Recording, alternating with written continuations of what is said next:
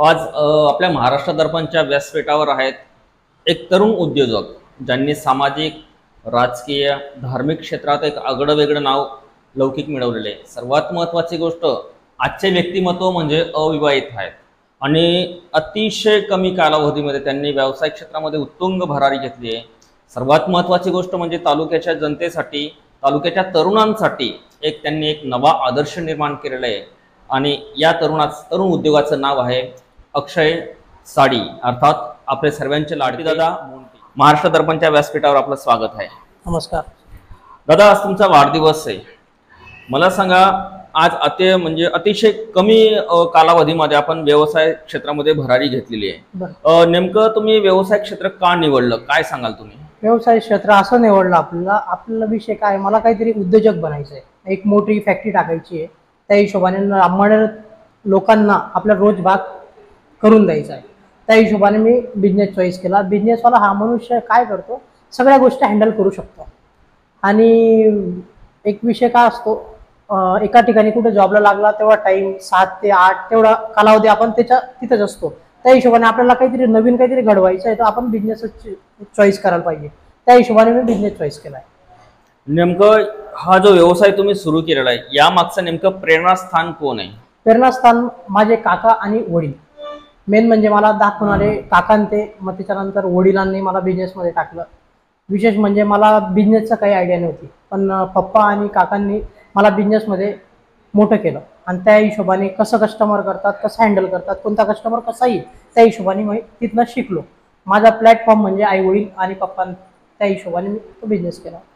व्यवसायाला वृद्धी मिळवण्यासाठी म्हणजे व्यवसायाला अधिक त्याच्यामध्ये प्रगती करण्यासाठी आपण काही व्यावसायिक शिक्षण वगैरे घेतलेलं आहे का? हो, माझं BBA झालंय। अच्छा, काय असतं BBA? काय असतं BBA? म्हणजे काय, तुमचं याचा फुल फॉर्म येतो मास्टर ऑफ बिझनेस। त्या हिशोबाने मी प्रताप कॉलेजमध्ये शिक्षण घेतलेलं आहे। त्याच्या अनुभवाने ऍक्च्युली मला अनुभव भरपूर आहेत। मी डिग्रीज नाही तर मला अनुभव आहेत जास्त करून। मी डिग्री फक्त एक सर्टिफिकेट पाहिजे म्हणून मी डिग्री घेतली, ऍक्च्युली त्याच्यापेक्षा मला एक्सपिरियन्स जास्त आहे।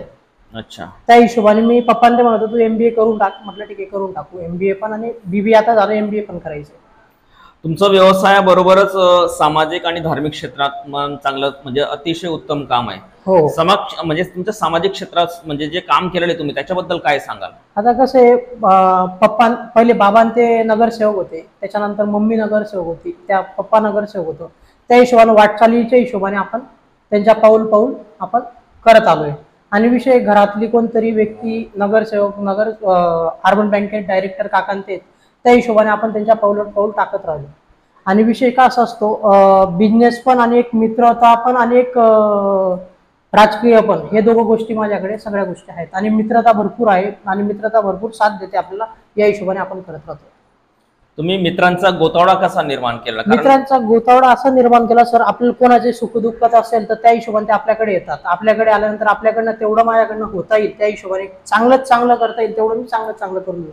कोणाची अडचण राहिली, काही पैशांचा प्रॉब्लेम आला, काही डॉक्टरांचा काही प्रॉब्लेम आला, तिथं आपण धावून येतो। केव्हाही रात्री केव्हाही फोन केला, भाऊ मला असं काम, मी त्या हिशोबाने जात राहतो। आपण हनुमानजींचे निस्सिम भक्त आहात, हो, काय सांगाल? हनुमानजींनी म्हणजे आम्हाला माहिती नव्हतं एवढं आम्हाला भगवंताच्या कृपाने भेटलेलं आहे सर। आमची परिस्थिती म्हणजे गंमत, एका किराणा दुकान छोटं, त्याच्यामध्ये आत्यांते 4-3 काका, पप्पांते, अजून आई बाबा, त्या हिशोबाने एका परिवार 10 लोक किराणा दुकानाच्या बसायचे। माहिती 9 थोड्या याच्या सांगितलं, टपरी म्हणायचो आम्ही तिच्यावरती, तर 10 लोक त्या टपरीवरती बसायचे आणि त्याच्या हिशोबाने 1-1 रुपये पप्पा, आई वडिलांनी, आत्यांनी त्या हिशोबाने आपल्याला जमवल्यानंतर भगवंताच्या कृपेने आपल्याला थोडे, आम्हाला माहिती नाही होतं दुकानात कसं चालवायचं। त्यानंतर फर्निचरचं आम्हाला तर आयडिया पण नाही। फर्निचरचं गंमत काय होती, एक असं झाला, कारागीर होता, जात होता, 2001-2003 ची गोष्ट होती, आम्ही लहान होतो, मी तर खेळत होतो, पण काकांते म्हणत होते काहीतरी बिझनेस करायचे, मुलं मोठे होत आहेत, त्यांच्यासाठी काहीतरी प्लॅटफॉर्म पाहिजे। तो काय आता शेतात जाईल का, पहिले शेती, आताही शेती आहे आणि पुढे शेती मुलं करणार नाही, त्या हिशोबाने आपण काय करू, यांच्यासाठी बिझनेस करू। मग ते गावामध्ये आले, मग सुरेश शेठ ललवानी नगराध्यक्ष होते आणि मम्मी त्या टायमाला नगरसेवक होते।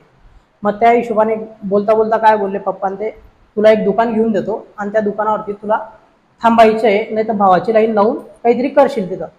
मग आमच्या कोंबडी फार्म होती. कोंबडी फार्म मध्ये गंमत काय होते, तिकडनं आणायचं आणि इकडं कापायचं. पण पप्पाला चालला नाही, मी कोणाचा जीव घेणार नाही बरोबर. आणि आपलं काम नाही जीव घेणं, त्या हिशोबाने तो धंदा नाही सांगितला. मग काका बोलले काय करायचं, मग आपण काहीतरी करू. मग आमच्या आत्यांचं नाशिकला जेल रोडला एक फर्निचरचं दुकान आहे, साई प्रतीक म्हणून आहे, मोठं आहे. त्या गोष्टीमधलं आम्हाला त्याच्यामधलं काही माहित नाही, फोम माहित नाही, सोफा कसा म्हणतात, हँडलूम कोणाला म्हणतात तेही माहित नाही. पण आत्याने त्यांनी काय केलं, बाबा तुम्ही या आमच्याकडे, मी तुम्हाला मटेरियल आणतो, तुम्हाला दाखवतो कसं कसं या हिशोबाने. मग तिथनं आम्ही गाडी भरली, 407ची गाडी भरली. त्या टायमाला 70,000 रुपये पण नव्हते आमच्याकडे. म्हणजे एक साधारण किराणा दुकान मनुष्य तो 70,000 रुपये कसं काय आणेल. मग आत्याने ते बोलले तू एक काम कर, साहित्य सगळं घेऊन जा आणि ते चालू कर सेटअप. आपण ते बोलले ठीक आहे करून टाकू. मग केल्यानंतर काकांना त्यांना आयडियाच नव्हती, पण आत्याने ते म्हणत होतं तू टाकशील त्यानंतर तुला कस्टमर सांगतील ना असं नाही असं करायचंय. त्या हिशोबाने चालू केलं. चालू केल्यानंतर सर कस्टमरांची ती प्रतिसाद भरपूर भेटला आम्हाला. प्रतिसाद इतका भयंकर भेटला. आमच्या अंबळनेर नगरीचे सगळ्यात पासून मी त्यांना अभिनंदन हे करतो, त्यांनी आम्हाला सगळ्यात चांगल्या गोष्टी म्हणजे काही गोष्टी असतील सगळ्या त्यांनी आम्हाला हँडल केलं. आणि निवड आम्हाला काही राहिलं म्हणजे कस्टमर सांगायचे बाबा तू माझ्याकडे व्हीलचेअर आहे का, आम्हाला व्हीलचेअरही माहिती नव्हती. पण कस्टमर म्हणतो अशी नाही अशी पाहिजे. त्या टायमाला मोबाईल नव्हता, बरोबर. मोबाईल नव्हता तर मग गोल फिरणारी खुर्ची म्हणायचो आपण. गोल फिरणारी खुर्ची मग तशी भेटेल का. मग काकांना ते जळगावला जायचे, जळगावहून ती ट्रान्सपोर्टला टाकायचे आणि अंबळनेरवाल्यांना द्यायचे. त्या टायमाला 100-200 रुपये मोठं वाटायचं आम्हाला. म्हणजे 100-200 रुपये आम्ही पहिली सुरुवात केली. 100-200 रुपये नफा म्हणजे एक साधारण किराणा दुकानवाला मनुष्य 100-200 रुपये भरपूर झाले. म्हणजे एक दिवसभर म्हणजे 100-200 कमवले. आणि किराणा दुकानावर 50 पैशाची मार्जिन राहायची, 1 रुपयाची राहायची. मग काकांना ते म्हणलं हा बिझनेस आपला एकदम छान आहे, तर बिझनेसकडे आपण ओढूया.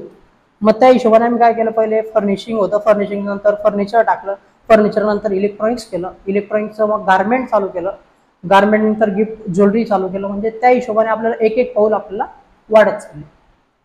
मला सांगा, आज तुमचा मित्रांचा गोताडा आहे, तुमच्या समाज क्षेत्रामध्ये पण तेवढंच चांगलं काम आहे, उद्योग क्षेत्रात तर तुम्ही उंच भरारी घेतलेलीच आहे.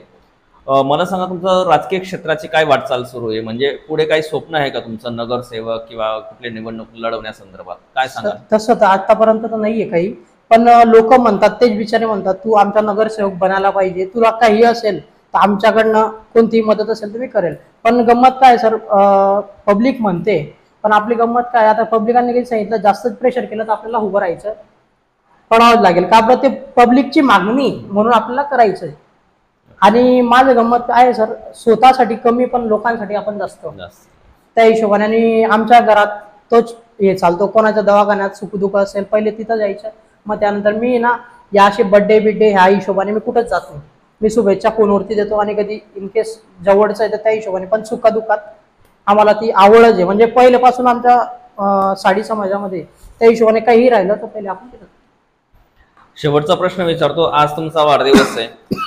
आज बरेच तरुण असे आहेत की ते नैराश्याच्या गर्केमध्ये आहेत, शिक्षण करतात, उद्योग करतात, पण थोडंसं अपयश आलं म्हणजे ते मनाने खचून जातात.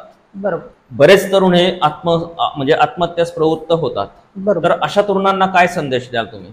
सर हे गंमत काय, हे स्वतःला 2 मिनिटासाठी काही संतापायला स्वतःवरती लगेच काढून घेतात, तसं नाही करायला पाहिजे. एक 10 मिनिटं 20 मिनिटं काही बोलले असतील, साहजिक घरचे चांगल्यासाठीच बोलतात, वाईटसाठी बोलत नाही. पण काही आताची मुलं काय खुंची म्हणजे कसं आहे ते म्हणायला गेलं ना लगेच संताप लगेच व्यक्त करतात, याला असं मारहाण करतील त्याच्यानंतर मी मरून जाईल, या धमक्या देऊन उपयोग नाही. आपण ही आयुष्यात जिंदगानी हे एकच वेळेस भेटतं सर, कितीही तुम्ही केलं तर एकच वेळेस आहे. आई वडील काय म्हणतात माझा मुलगा मोठा व्हायला पाहिजे या हिशोबाने पुढच्या वाटचाली असतात. पण काही लोक काय आहेत पिरियड छोट्यासाठी ते काय म्हणतात आता लाईफ नाही राहिली माझी, जगून काही उपयोग नाही का बरं, ते मनाला खातात.